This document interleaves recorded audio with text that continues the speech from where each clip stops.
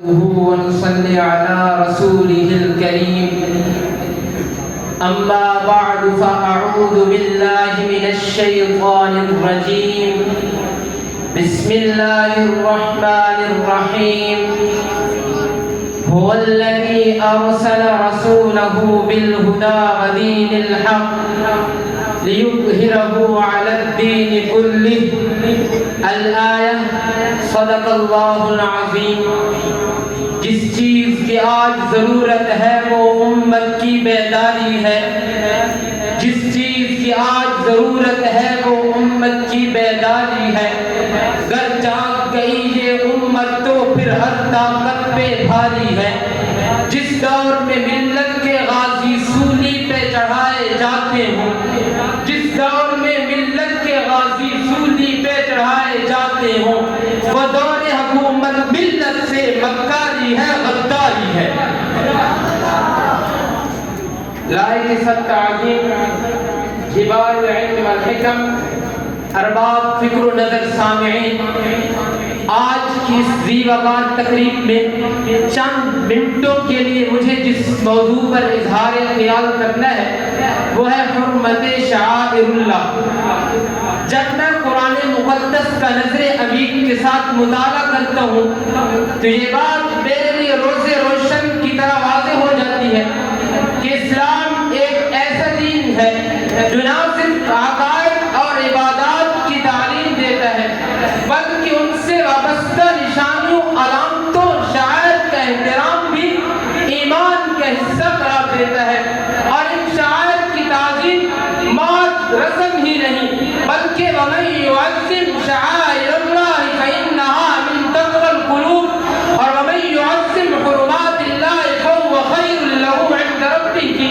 عملی تصویر ہے۔ یعنی دین اسلام کا ہر جز کی حرمت و تعظیم ہم پر لازم ہے، چاہے وہ عبادات میں ان الصفا والمروۃ من شعائر اللہ اور وَلْيَطَّوَّفُوا بِالْبَيْتِ الْعَتِیقِ کی صورت میں ہو، یا تعمیرات مساجد میں من بنا للہ مسجدا بنى اللہ لہ بیتا فی الجنہ جیسی تفسیرات کے ساتھ، لمسجد اسس علی التقوی کی وضاحت کی صورت میں ہو، چاہے تجارت میں احل اللہ البیع وحرم الربا کی صورت میں ہو، چاہے بے پردگی، فحاشی اور ریانی کو ختم کرنے کے لیے یدنین علیہن من جلابیبہن کی صورت میں ہو، چاہے امن و سلامتی کو پھیلانے کے لیے ان النفس بالنفس والعین بالعین والانف بالانف کی صورت میں ہو، چاہے نبی محترم کے چہرہ مبارکہ کو واضح کرنے کے لیے یہود کی برپرا مخالفت کرنے کے لیے اوفر اللحا وآف الشوارب کا اعلان ہو، جسے آج کے نبرہ طبقہ تقیانوسیت اور دہشت گردی کی علامت قرار دے کر معاذ اللہ مصر پورا پیروں تلے رونتا ہے۔ مزید آگے بڑھیے، تدبر و تفکر کیجئے تو پتہ چلتا ہے حرمت شعائر اللہ سے معاشرہ میں قرون اولیٰ کی خوشبوئیں مہکتی نظر آتی ہیں۔ شعائر کا ادب سیکھ لے اے مسلمان،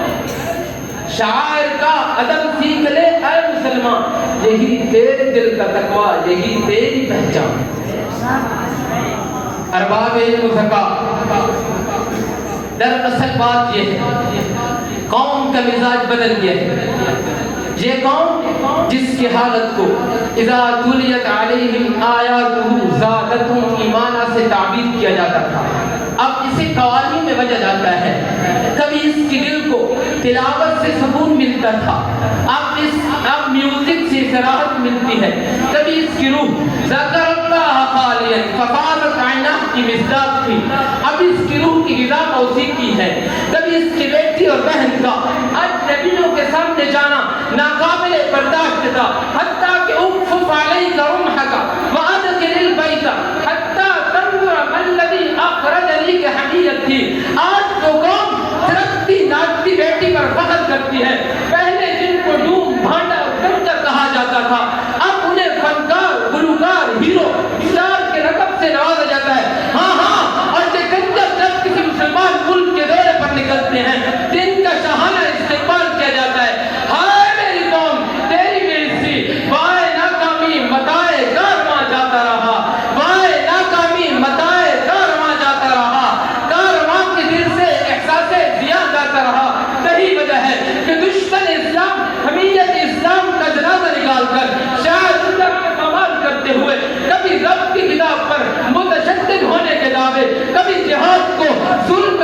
تشبیہ، تو کبھی مساجد کو منہدم کرنے کے پروپیگنڈے، تو کبھی منبر و محراب کے سچے ورثاء کو قید کرنے کے منصوبے، الغرض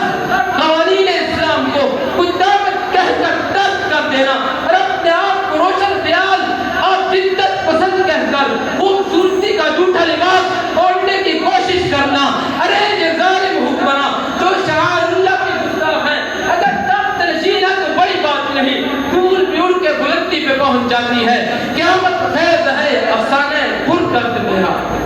قیامت خیز ہے افسانہ پر درد میرا، نہ کھلواؤ زبان میری نہ اٹھواؤ قلم میرا۔ ذی وقار سامعین،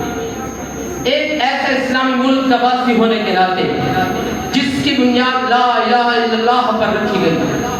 افسوس سے کہنا پڑتا ہے جہاں ناموس رسالت کی بجائے توہین رسالت کی جاتی ہے، تعظیم صحابہ کی بجائے تحقیر صحابہ کی جاتی ہے، علماء اسلام کی دستار کی لات رکھنے کی بجائے ان کی پگڑیوں کو اچھالنا مختلف طبقے کا شیوا بن چکا ہے۔ لیکن یاد رکھیں حباب، اگر مسلم معاشرہ اسی طرح خواب غفلت میں رہا تو پھر نتیجہ یہ نکلے گا اپنی منکاروں سے ہلکا کس رہے ہیں جال کا، طائروں پر سحر ہے سیاد کے اقبال کا، وما علینا الا البلاغ المبین۔